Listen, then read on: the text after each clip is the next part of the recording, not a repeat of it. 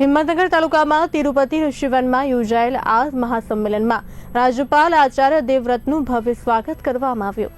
કાર્યક્રમ સ્થળે પહોંચતા જ રાજ્યપાલને ગાર્ડ ઓફ ઓનર આપવામાં આવ્યું હતું। ત્યારબાદ રાજ્યપાલે ઋષિવન ખાતે આવેલા ડેમની મુલાકાત લીધી અને પર્યાવરણ સંરક્ષણના સંદેશ સાથે વૃક્ષારોપણ કાર્યક્રમમાં ભાગ લીધો।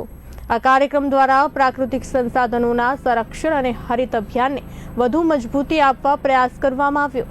આ પ્રસંગે રાજ્યના મંત્રી ઋષિકેશ પટેલ, ધારાસભ્ય વીડી ઝાલા, જિલ્લા કલેક્ટર તેમજ અન્ય અધિકારીઓ ઉપસ્થિત રહ્યા હતા। રાજ્યપાલે પ્રાકૃતિક ખેતીના વિવિધ સ્ટોલની મુલાકાત લીધી અને ખેડૂતો સાથે સીધી વાતચીત કરી। ત્યારબાદ મહાસંમેલન યોજાયું હતું। કાર્યક્રમ દરમિયાન ગુજરાતમાં પ્રાકૃતિક ખેતી સાથે જોડાયેલા ખેડૂતો તેમજ સમાજમાં વિશિષ્ટ કામગીરી કરનાર વ્યક્તિઓને રાજ્યપાલના હસ્તે સન્માનપત્ર આપી સન્માનિત કરવામાં આવ્યા। આ સન્માન દ્વારા ખેડૂતોમાં નવી ઉર્જા અને પ્રેરણા જોવા મળી હતી। કાર્યક્રમ તિરુપતિ ઋષિવનમાં હતો। એમાં મહામહિમ આદરણીય રાજ્યપાલ દેવવ્રતજી અને પરમ પૂજનીય સંત સચ્ચિદાનંદજી અને મુક્ત જીવનદાસ પ્રિયદાસજી સ્વામી મણિપુર એ પધાર્યા હતા।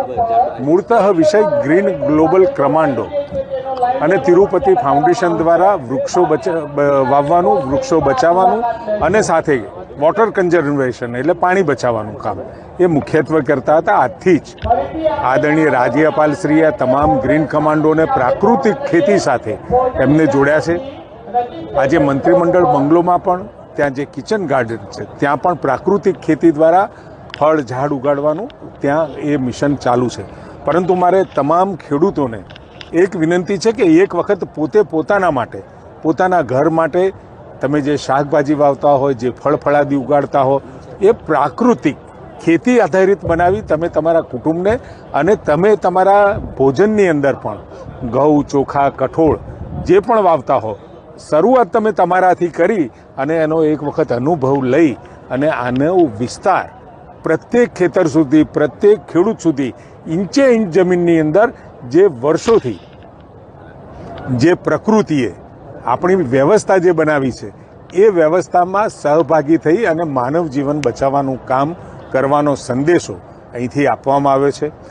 ઓકે આજે કાર્યક્રમ શું કીધું છે? આજે માનનીય મહામહિમ રાજપાલ સાહેબનું જાહેર સન્માન ગુજરાતના પરમ પૂજ્ય પદ્મભૂષણ સ્વામી સચ્ચિદાનંદના હસ્તે ગ્રીન ગ્લોબલ બ્રિગેડ દ્વારા કરાવ્યું।